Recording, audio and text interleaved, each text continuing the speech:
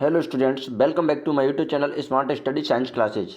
जैसा कि आपको पता है कि हमारा अध्याय चल रहा था क्लास 9 साइंस का खाद्य संसाधनों में सुधार। इससे पहले वाले वीडियो में हम इस अध्याय के अंतर्गत हरी खाद, वर्मी कंपोस्ट खाद, फसल के प्रकार और फसल प्रबंधन के तरीके यानी उच्च उत्पादन कैसे हो सकता है आदि को पढ़ चुके थे। इससे पहले यदि आप मेरे चैनल पर नए हैं तो चैनल को सब्सक्राइब करें, वीडियो को लाइक ज़रूर करें, ज़्यादा से ज़्यादा शेयर करें। यदि आपने पहले वाला पार्ट नहीं देखा है तो पहले उसको देखें, उसके बाद इस वाली वीडियो को देखें। चलिए तो वीडियो को स्टार्ट करते हैं। आज का वीडियो हमारा स्टार्ट होगा कहाँ से? उर्वरक से। अगर हम बात करें उर्वरक की तो उर्वरक एक व्यावसायिक रूप से तैयार पादप पोषक है। उर्वरक क्या है? व्यावसायिक रूप से तैयार किया जाता है जो कि पादपों को पोषक प्रदान करता है, जो कि नाइट्रोजन, फास्फोरस तथा पोटेशियम प्रदान करते हैं। और पोषकों को क्या क्या प्रदान करते हैं उर्वरक? नाइट्रोजन, फास्फोरस और पोटेशियम। इनके उपयोग से अच्छी वृद्धि यानी जैसे पत्तियां, शाखाएं तथा फूल होते हैं। उर्वरक के उपयोग से फसल में अच्छी वृद्धि हो जाती है, अच्छी पत्तियां मिल जाती हैं, शाखाएं मिल जाती हैं, फूल मिल जाते हैं फसल में। अगर बात करें उर्वरकों के उपयोग के द्वारा फसलों का अधिक उत्पादन कम समय में प्राप्त हो सकता है। और जो उर्वरक होते हैं उनके उपयोग से हमें फ़ायदा क्या होता है कि कम समय में अधिक फसल मिल जाती है हमें, परंतु यह मृदा की उर्वरता को कुछ समय पश्चात हानि पहुंचाते हैं। लेकिन जो उर्वरक हैं वो हमारी फसलों के लिए कुछ एक पर्टिकुलर टाइम के लिए ही, थोड़े से टाइम के लिए अच्छे रहते हैं। उसके बाद ये मिट्टी की उर्वरक क्षमता होती है यानी उपजाऊ क्षमता होती है, उसको हानि पहुंचाते हैं। उसके बाद हम बात करें कार्बनिक खेती। कार्बनिक खेती क्या होती है? यह खेती करने की वह पद्धति है जिसमें रासायनिक उर्वरक, पीड़कनाशी एवं शाकनाशी आदि का उपयोग बहुत कम या बिल्कुल नहीं होता है। और कार्बनिक खेती यानी ऑर्गेनिक फार्मिंग क्या होती है? वो होती है कि ऑर्गेनिक फार्मिंग या कार्बनिक खेती ऐसी खेती जिसमें कि रासायनिक खाद, पीड़कनाशी और शाकनाशी आदि का उपयोग या तो बिल्कुल नहीं किया जाएगा और किया जाएगा तो बहुत ही कम मात्रा में किया जाएगा।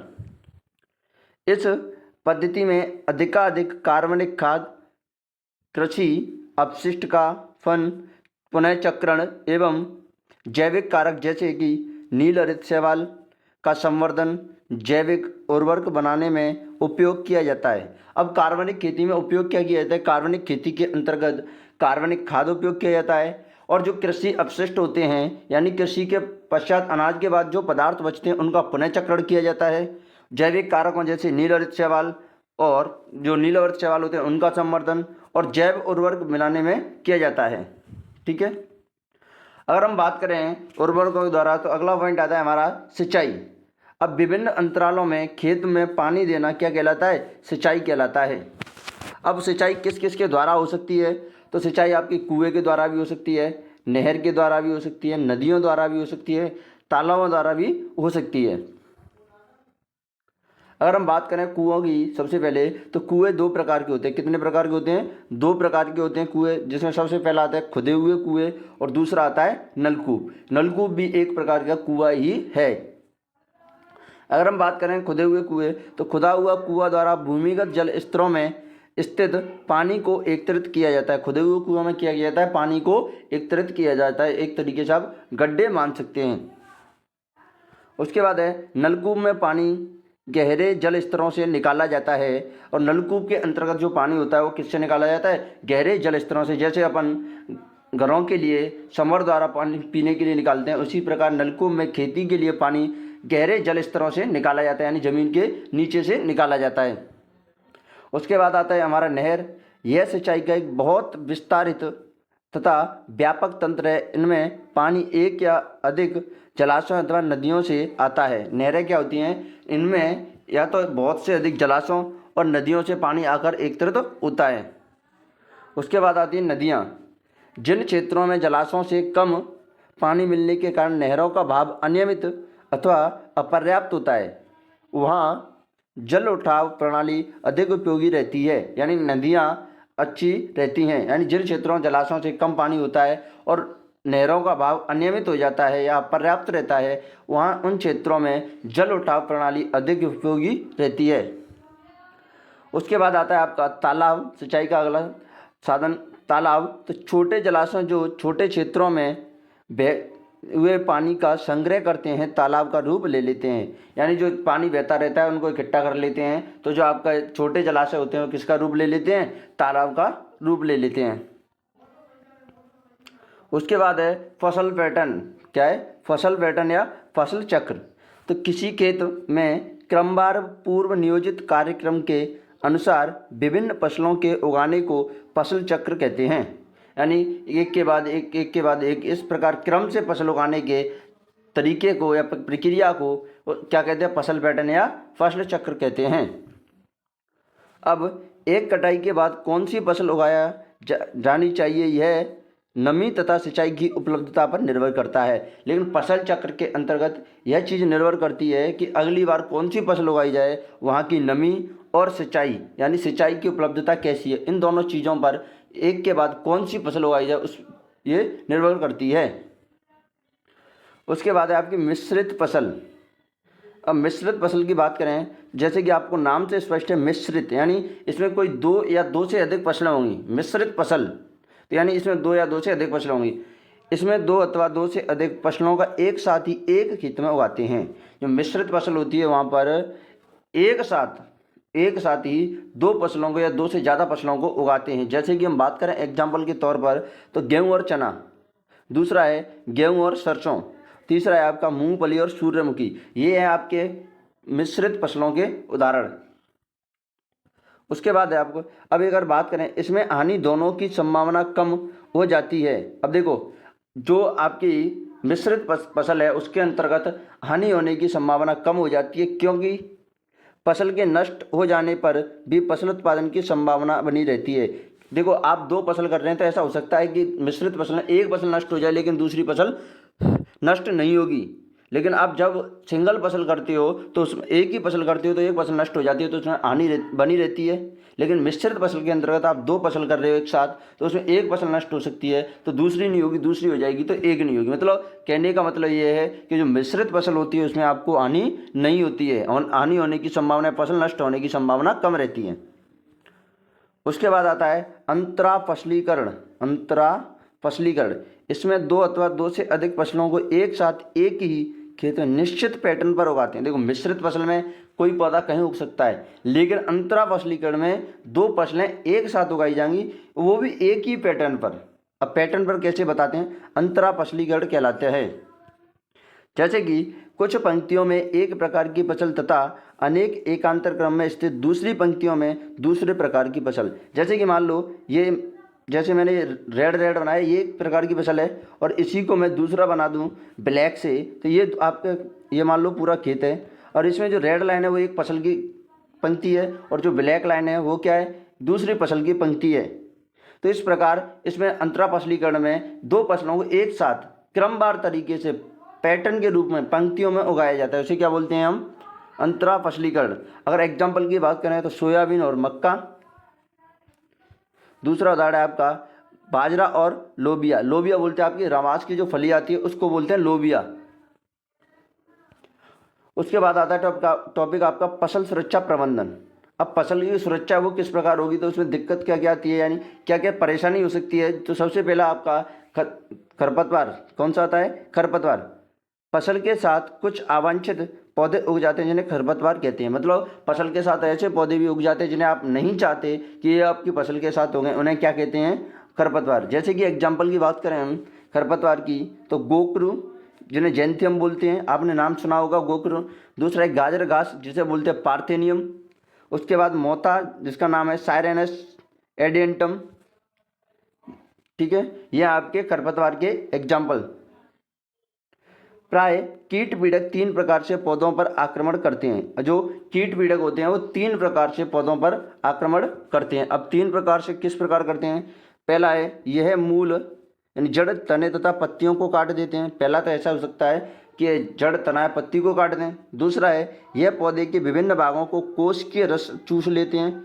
और दूसरा क्या कर सकते हैं? जो विभिन्न भाग होते हैं उनके रस को चूस सकते हैं। तीसरा है आपका ये तने तथा फसलों में छिद्र कर देते हैं, यानी ये तने तथा फलों के अंदर क्या कर देते हैं? छिद्र कर देते हैं। इस प्रकार ये फसल को खराब कर देते हैं और फसल उत्पादन कम हो जाता है। तो जो कीट हैं वो तीन प्रकार से फसलों को नष्ट कर देते हैं।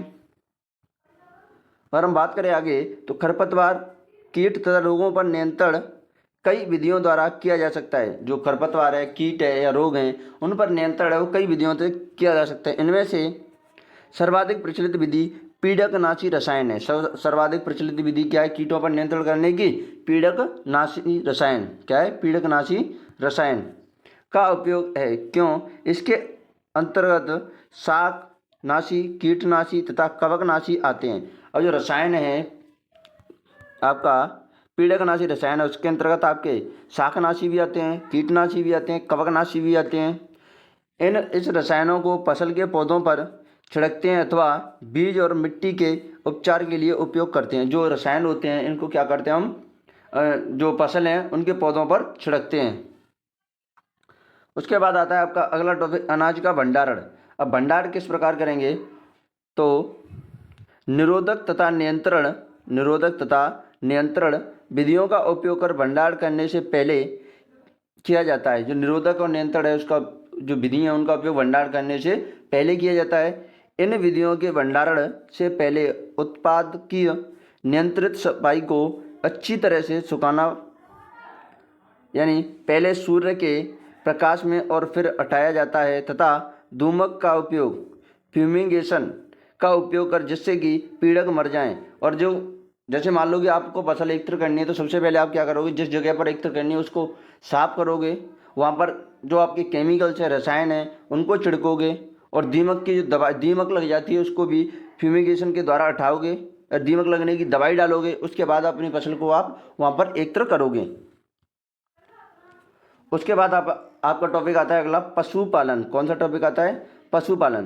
तो इसके अंतर्गत बहुत से कार्य जैसे पशुओं को भोजन देना, प्रजनन तथा रोगों पर नियंत्रण करना आता है। पशुपालन के अंतर्गत क्या आता है? पशुपालन क्या है तो ऐसा व्यवसाय जिसके अंतर्गत पशुओं को भोजन देना, उनका प्रजनन तथा रोगों पर नियंत्रण करना सम्मिलित है। क्या कहलाता है? पशुपालन कहलाता है। अब पशुपालन के उद्देश्यों की बात करें तो पशुपालन के दो उद्देश्य होते हैं। पहला तो दूध देने वाले या तथा कृषि करने वाले। अब दो प्रकार के पशु मिल सकते हैं। अब आप पशुओं का पालन क्यों करेंगे तो दो प्रकार से करना है। एक तो दूध चाहिए आपको, दूसरा कृषि कार्य करने आपकी हेल्प करें। ठीक है। अब भारतीय पालतू पशुओं की दो मुख्य स्पीसीज होती हैं, जाति होती हैं। एक तो गाय जिसे बोलते हैं बॉस इंडिकस, साइंटिफिक नेम क्या होता है? Bos indicus. दूसरा है भैंस। अब भैंस का साइंटिफिक नेम क्या है या वैज्ञानिक नाम क्या है? बॉस बुबेलिस। क्या है? बॉस बुबेलिस। ये होती हैं दूध देने वाली मादा पशुओं को दुधारू पशु कहते हैं। जैसे कि गाय है आपकी, भैंस है। अब जो दूध देने वाली पशु होते हैं उनको क्या कहते हैं? हम दुधारू पशु कहते हैं।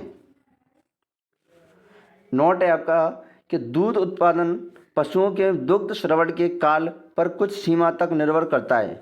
यानी दूध का उत्पादन है वो पशुओं के दुग्ध स्रावण के काल, यानी पशु कब तक दूध देते हैं उस पर निर्भर करता है, जिसका अर्थ है बच्चे के जन्म के पश्चात दूध उत्पादन का समय।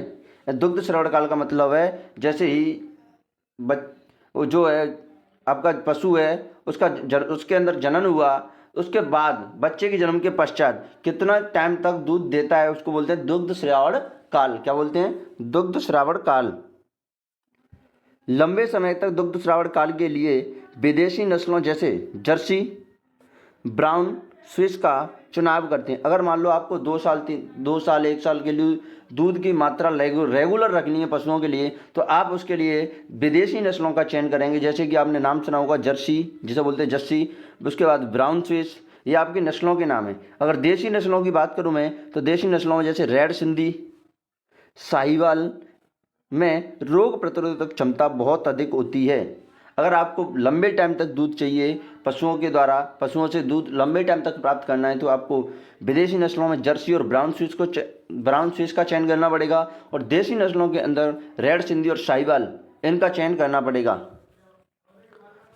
यदि इन दोनों नस्लों में संकरण कराया जाए तो एक ऐसी संतति प्राप्त होगी जिसमें दोनों अच्छे गुण, एक तो देखो कौन सा, रोग प्रतिरोधक क्षमता भी होगी और लंबे टाइम तक दुग्ध श्रावण काल होगा। जैसे कि आपकी जो देशी नस्लें हैं उनके अंतर्गत तो आपका रेड सिंधी और साहिवाल में रोग प्रतिरोधक क्षमता अच्छी होती है और जो आपकी विदेशी नस्लें जर्सी और ब्राउन स्विस हैं उनके अंदर दुग्ध श्रावण काल ज़्यादा होता है। अब इन दोनों का हम संकरण कराते हैं, इन दोनों का संकरण करा के एक नया जीव बना लें या एक नया दुधारू पशु बना लें, तो उन दोनों के अंतर्गत जो आपके रोग प्रतिरोधक क्षमता और लंबा दुग्ध श्रावण काल दोनों आपको सुविधाएं मिल जाएंगी। दूध देने वाले पशुओं के आहार की आवश्यकता दो प्रकार की होती है। जो दूध देने वाले पशु होते हैं उनके आहार की आवश्यकता कितने प्रकार की होती है? दो प्रकार की। पहला है एक प्रकार का आहार जो उसके स्वास्थ्य को अच्छा बनाए रखे। एक आहार कौन सा है? जो उसके स्वास्थ्य को अच्छा बनाए रखे। और दूसरा है वह जो दूध उत्पादन को बढ़ाए। तो एक आहार कैसा है कि जो दूध उत्पादन को बढ़ाए। उसके बाद आता है आपका कुक्कुट या मुर्गी पालन। कुक्कुट या मुर्गी पालन। तो अंडे व कुक्कुट मांस के उत्पादन को बढ़ाने के लिए मुर्गी पालन किया जाता है। इसलिए कुक्कुट पालन में उन्नत मुर्गी की नस्लें विकसित की जाती हैं। जो कुक्कुट पालन है, मुर्गी पालन है, उसके अंतर्गत अंडे या कुक्कुट यानी मुर्गी का मांस के उत्पादन बढ़ाने के लिए मुर्गी का पालन किया जाता है। इसलिए कुक्कुट पालन उन्नत मुर्गी की नस्लें विकसित की जाती हैं, उसमें अच्छी अच्छी नस्लों को विकसित किया जाता है। अगर हम बात करें अंडे प्राप्त करने के लिए, अगर हम आपको अंडे प्राप्त करने हैं तो लेयर को पाला जाता है, ये नस्ल है मुर्गी की लेयर। तथा मांस प्राप्त करना है तो ब्रॉयलर को पाला जाता है। अंडे प्राप्त करने के लिए तो किसको पाला जाता है? लेयर को। और मांस प्राप्त करना है तो ब्रॉयलर को। अगर मुर्गी की देसी नस्लों की बात करें तो मुर्गी की देसी नस्ल आपकी एसिल, और मुर्गी की विदेशी नस्ल की बात करें तो विदेशी नस्ल है आपकी लेग हार्न। कौन सी है? Leg horn. उसके बाद नई किस्में बनाने के लिए देशी नस्ल जैसे एसिल तथा विदेशी नस्ल जैसे लेग हार्न का संकरण कराया जाता है। अगर मान लो आपको नई किस्म बनानी इन दोनों से, तो आप क्या करोगे? देशी नस्ल और विदेशी नस्ल दोनों का संकरण कराओगे आपस में। अब उसका संकरण कराने से फ़ायदा क्या होगा? फ़ायदा ये होगा कि चूज़ों की संख्या तथा गुणवत्ता मिलेगी आपको। छोटे कद के ब्रॉयलर माता पिता द्वारा चूज़ों के व्यवसायिक उत्पादन हेतु, और जो छोटे कद के ब्रॉयलर हैं वो माता पिता द्वारा चूज़ों के व्यवसायिक हेतु उत्पादन हो जाता है उनका। तीसरा है गर्मी अनुकूल क्षमता, उच्च तापमान को सहन करने की क्षमता भी होगी उसमें, जो संकरण के द्वारा नया मुर्गी बनेगी उसमें। उसके बाद देखभाल में कम खर्च की आवश्यकता होगी।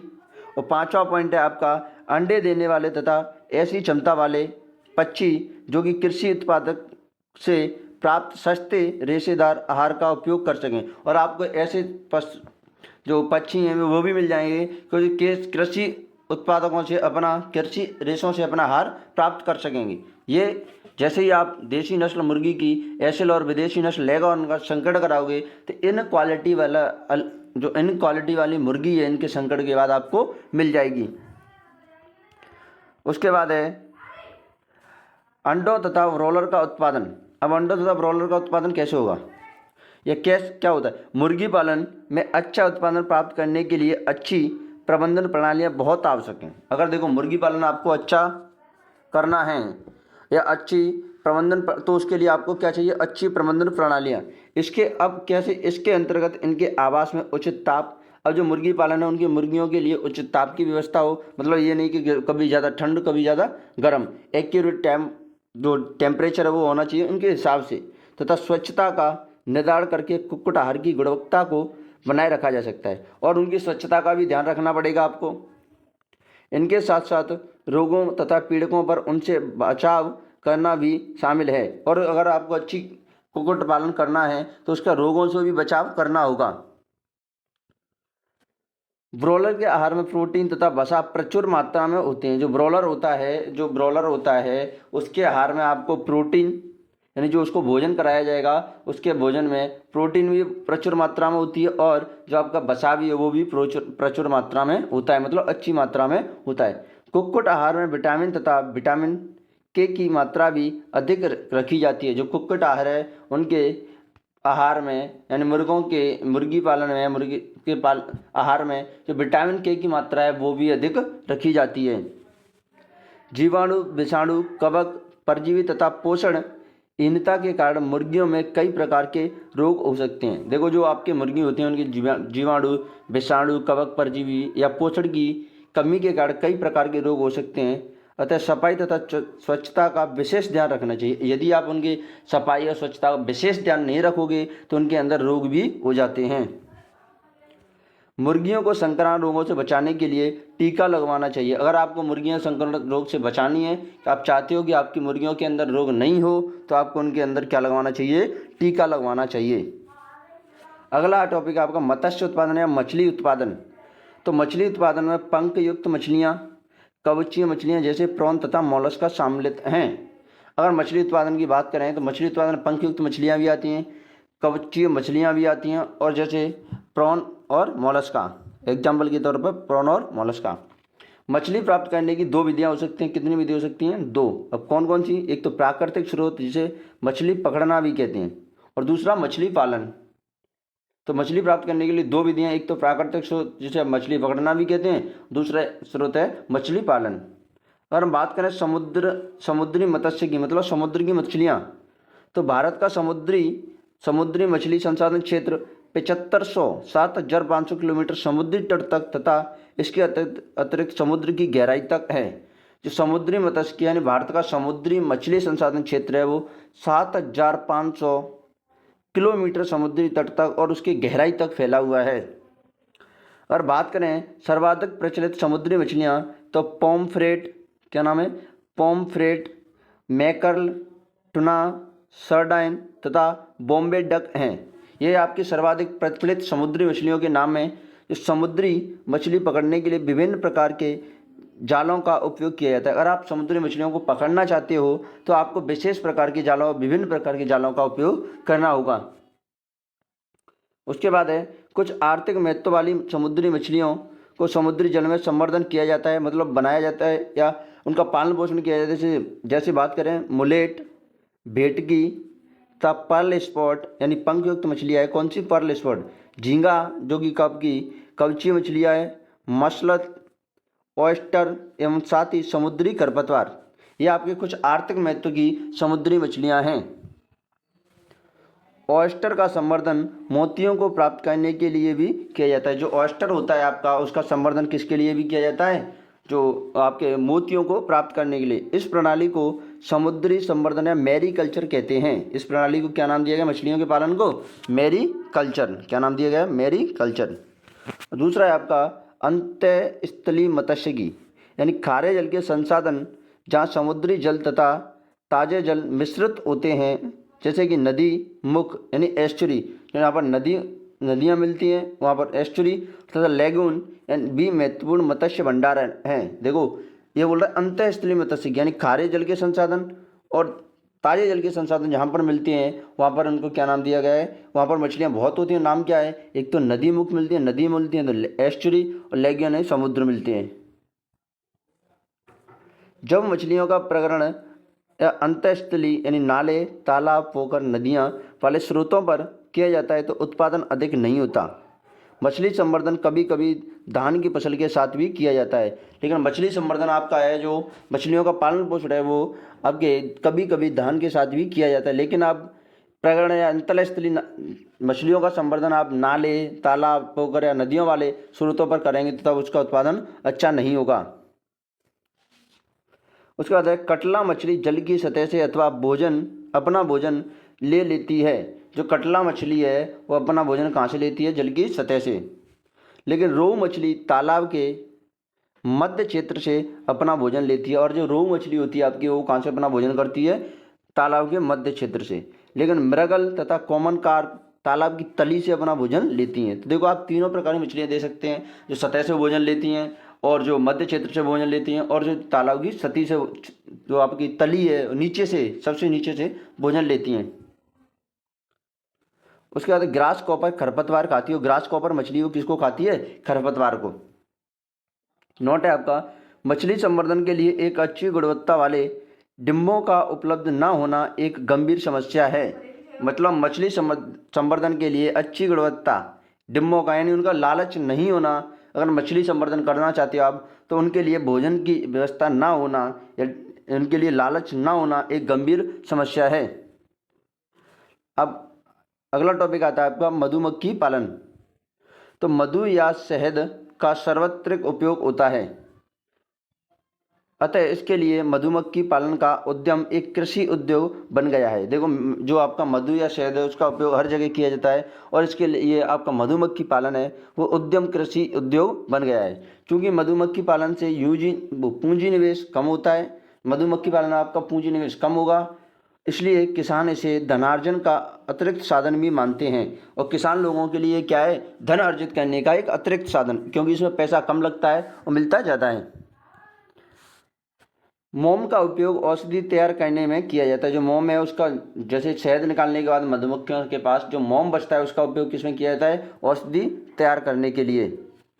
व्यवसाय के स्तर पर मधु उत्पादन के लिए देसी किस्म की मधुमक्खी एपिस सेरेना इंडिका, जो एपिस सेरेना इंडिका है वो सामान्य भारतीय मधुमक्खी है। जो एपिस सेरेना इंडिका है वो सामान्य भारतीय मधुमक्खी है। जैसे एपिस डोरसेटा एक सेल मक्खी है और एपिस फ्लोरी ये लिटिल मक्खी का प्रयोग करते हैं। अब देखो व्यावसायिक स्तर पर क्या जो मधुमक्खी उनका उपयोग किया जाता है। अगर एपिस सेरेना इंडिका की बात करें तो सामान्य भारतीय मधुमक्खी, एपिस डोरसेटा एक सेल मक्खी है और एपिस फ्लोरी आपकी लिटिल मक्खी है। इन मक्खियों का उपयोग या इन मधुमक्खियों का उपयोग व्यावसायिक स्तर पर शहद उत्पादन हेतु करते हैं। अगर आपसे क्वेश्चन पूछ लिया जाता है कि व्यवसायिक स्तर पर शहद उत्पादन के लिए किन मक्खियों का उपयोग किया जाता है, आप इन तीनों मक्खियों के नाम लिख देना है। उसके बाद है इटली मक्खी एपिस मेलिफेरा, मक्खी का कि इटली मक्खी एपिस मेलिफेरा का उपयोग शहद के उत्पादन को बढ़ाने के लिए किया जाता है। जो आपकी एपिस मेलिफेरा मक्खी है उसका उपयोग शहद के उत्पादन को बढ़ाने के लिए किया जाता है, क्योंकि इसमें शहद एकत्र करने की क्षमता बहुत अधिक होती है। जो आपकी एपिस मेलिफेरा मधुमक्खी है उसके अंतर्गत शहद एकत्र करने की क्षमता होती है वो अधिक होती है और ये डंक भी कम मारती है। मतलब शहद भी इकट्ठा ज़्यादा करती है और डंक भी कम मारती है। उसके बाद है आपका शहद की कीमत अथवा गुणवत्ता मधुमक्खियों के चारागाह अर्थात उनके शहद एकत्रित करने के लिए उपलब्ध फूलों पर निर्भर करती है। और जो शहदों की कीमत है वो उसकी गुणवत्ता और मधुमक्खियों के चारागाह दोनों और उनके जो शहद एकत्र कर रही है उनकी उपलब्ध फूलों की मात्रा पर निर्भर करती है। यहाँ पर कंप्लीट होता है हमारा ये चैप्टर। यदि वीडियो अच्छी लगी तो वीडियो को लाइक जरूर करें, चैनल को यदि आप चैनल पर नए हैं तो चैनल को सब्सक्राइब करें, वीडियो को ज़्यादा से ज़्यादा शेयर करें। Thank you.